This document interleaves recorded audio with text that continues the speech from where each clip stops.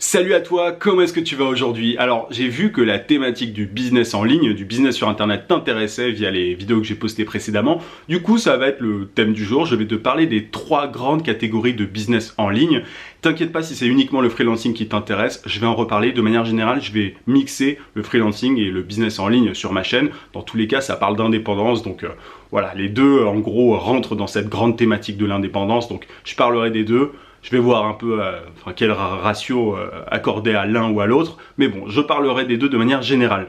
Juste avant de t'en parler, je t'invite à mettre un gros pouce bleu pour me soutenir et à t'abonner à la chaîne si c'est pas déjà fait. Tu peux aussi cliquer sur la petite cloche, tu sais, une fois que tu es abonné pour recevoir les notifications. En gros, quand je sors des vidéos, c'est toujours pas mal. YouTube, de manière générale, voilà, il te montre pas toutes les vidéos que je poste. En gros, t'as pas une notification à chaque fois, donc ça peut être utile si tu as envie de rien rater de la chaîne.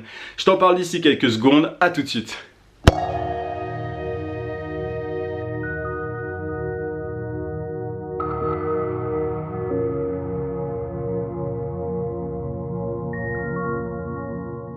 Alors déjà, je fais cette vidéo parce que, voilà, quand tu vois business en ligne, business sur internet et tout sur YouTube, quand t'as jamais fait ça, tu sais pas à quoi ça renvoie, tu sais pas de quoi il s'agit. Business, ok, très bien, qu'est-ce qu'on vend? Là, je vais essayer de regrouper en gros tous ces business-là dans 3 grandes catégories. Voilà, il y en a sûrement d'autres, il y en a peut-être d'autres, mais c'est celle que tu rencontres le plus souvent quand tu te balades sur internet, quand tu fais des recherches sur YouTube ou sur des blogs. Le premier type de business en ligne dont j'ai envie de parler, c'est l'affiliation, parce que c'est le truc où c'est le plus facile pour démarrer en gros. C'est le plus facile pour démarrer parce que t'as pas de charges, etc. Et en même temps, faut avoir quelques notions techniques, en gros, notamment au niveau de la publicité. Je te prends un exemple. Moi qui vends des formations, bon, je vais y revenir par la suite sur les formations, mais moi qui vends des formations, tu peux très bien me demander, voilà, je ne l'ai pas mis en place, donc m'envoie pas un mail pour ça, mais tu peux très bien me dire, ah bah tiens, je vais vendre tes formations et je te propose, en gros, que je touche un pourcentage. Tu touches un pourcentage sur la vente de chacune de mes formations pour freelance, par exemple. En gros, je sais pas... tu vends pour 100 € de formation, tu vas toucher par exemple 40%, du coup tu touches 40 €. Ça s'appelle l'affiliation, tu es un affilié. À partir du moment où tu fais ça, où tu vends les produits des autres et que tu touches une commission, tu deviens un affilié. C'est ça l'affiliation. Le truc c'est que, voilà, il faut que pour se lancer, pour que tu puisses réaliser des ventes, il ne faut pas faire ça n'importe comment. C'est-à-dire que si tu veux vendre les produits de quelqu'un d'autre, tu vas penser parfois à tes proches qui peuvent être intéressés, tes amis, etc. Tu vas leur dire, tiens, je vends ça, c'est un bon produit parce que voilà, je l'ai testé moi-même, je te propose de l'acheter, en plus je touche une commission et tout. C'est facile quand c'est dans ton entourage, quand c'est tes amis qui achètent le produit. Par contre, en général, il y a pas mal de gens qui veulent gagner leur vie grâce à l'affiliation. Et pour ça, il faut vendre du coup à plus grande échelle. Et qui dit plus grande échelle dit forcément création de contenu ou alors publicité. Il faut par exemple, tu as des gens qui le font, qui vendent des produits en gros via l'affiliation grâce à leur chaîne YouTube. Ils font la promotion de produits qui ne sont pas les leurs, qui sont des produits d'autres youtubeurs par exemple. Et il y en a d'autres qui font de la publicité sur Facebook. La publicité sur Facebook, pour le coup, ça peut être vraiment puissant. Si tu es affilié, parce que tu vas pouvoir toucher un grand nombre de personnes en ciblant de manière vraiment très précise. Donc tu vois que la barrière à l'entrée pour devenir affilié, elle est pas énorme. Il suffit de demander à des gens, je veux vendre vos produits. Après, c'est vraiment si tu veux en faire un revenu assez conséquent. Si tu veux vivre de ça, c'est plus compliqué. Il faut avoir certaines notions techniques et c'est là que on rentre dans la création de contenu, la publicité Facebook, etc. Donc c'est pas si simple que ça. Quand on te dit deviens affilié, tu peux devenir affilié et vendre en face à face, en physique, limite tu dis à tes amis moi j'ai ce produit là et tout. Si tu as des gens dans ton cercle proche qui peuvent être intéressés par les produits que tu vends en affilié, ok, mais après il faut aller plus loin et il y a certains outils pour ça qu'il faut maîtriser. Donc voilà, ça c'est pour l'affiliation, faible barrière à l'entrée, mais pour aller plus loin, tu dois avoir certaines compétences. Ensuite, je vais te parler de vente de produits physiques. En général, les gens ils lancent un e-commerce, une boutique en ligne pour vendre des produits physiques.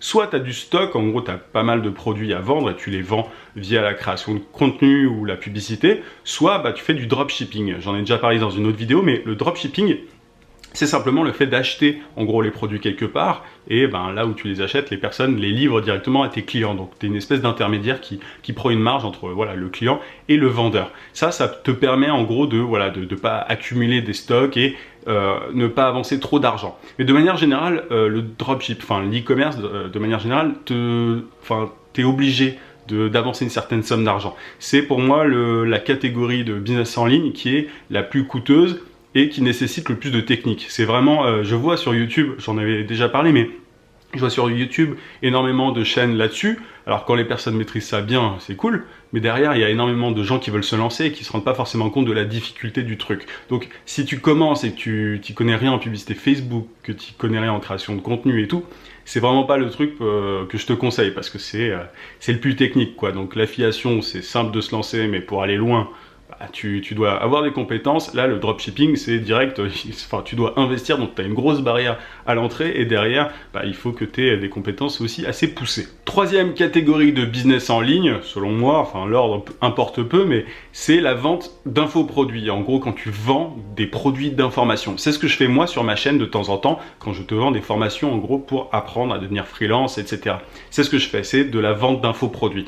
La vente d'infoproduits, alors, la barrière à l'entrée n'est pas forcément énorme, il faut juste de la patience. Enfin juste, c'est facile à dire parce qu'il y a très peu de monde qui a de la patience. Je t'en ai parlé dans ma vidéo de lundi, là, c'est la qualité à avoir, la qualité principale à avoir.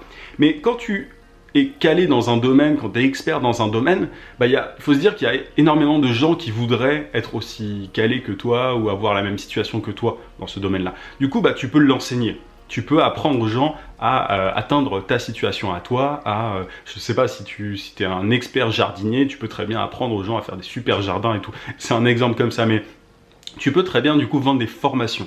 Et la plupart des infoproduits, c'est des formations. Après, tu peux, il y a plein de formes possibles, mais c'est quand même la majorité, c'est ce qu'on retrouve le plus souvent, notamment sur YouTube, sur des chaînes de personnes qui vendent des produits d'information. Ce sont des infoproduits qui te permettent d'atteindre un certain objectif assez précis. Le problème dans cette catégorie, c'est qu'il y a énormément de gens qui ne savent pas ce qu'ils font et qui enseignent aux autres ces choses-là. C'est-à-dire qu'ils ne savent même pas comment parfois gagner de l'argent sur Internet, et ils vont apprendre aux autres à gagner de l'argent sur Internet. Il y a tellement de jeunes qui font ça, moi je trouve ça totalement scandaleux, parce que c'est juste tout sauf moral, tout sauf éthique, c'est vraiment de la malhonnêteté pure, ça s'appelle de l'arnaque. Voilà, il y a énormément de gens qui savent pas ce qu'ils disent, quoi, et qui derrière vont enseigner tout ça aux autres, et le problème c'est que certains tombent dans le panneau. Donc ça, moi j'ai un vrai problème avec ça. Et du coup, si tu veux te lancer là-dedans dans la vente d'infoproduits, fais pas comme tout le monde. T'es pas obligé d'apprendre à tout le monde à faire des choses alors que tu sais pas toi-même les faire, tu vois. Donc il faut que tu connaisses en gros ton domaine de prédilection. Dans quoi est-ce que t'es expert de quoi? C'est plus ça, de quoi, dans quel domaine t'es calé tout simplement. Et à partir de là, regarde si des gens se sont intéressés par ça, s'ils ont envie d'être experts comme toi dans ce domaine-là. Et là, tu pourras potentiellement vendre des produits d'information. Mais te déclare pas expert du jour au lendemain. Tu vois, moi, j'ai fait vraiment attention à ça sur ma chaîne. Moi, je suis freelance, je gagne ma vie en tant que freelance, je peux t'aider à devenir freelance et je t'explique toutes les méthodes que j'utilise, etc. Mais il y a tellement de gens qui n'ont jamais gagné un centime sur Internet et qui vont aider les autres à gagner de l'argent sur Internet. Et c'est comme ça, en fait, qu'ils gagnent de l'argent sur Internet.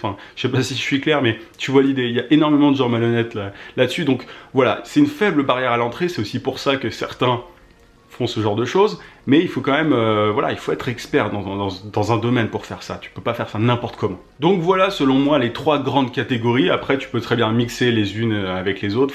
C'est-à-dire que si t'as déjà un business en ligne centré sur l'e-commerce qui marche bien, tu peux très bien te dire, tiens, je vais apprendre aux autres à se lancer en e-commerce. C'est ce que font pas mal de gens d'ailleurs dans le domaine de l'e-commerce. Tu vois, et tu peux très bien, si tu vends des produits d'information, dire à ceux qui te suivent, tiens, vous pouvez toucher une commission sur la vente de chacune de mes formations. Ça c'est, tu peux très bien mixer tout ça un peu comme tu veux. J'espère que cette vidéo t'a aidé à y voir plus clair au niveau des business en ligne. Après, n'oublie pas, pour devenir indépendant, tu peux très bien devenir freelance.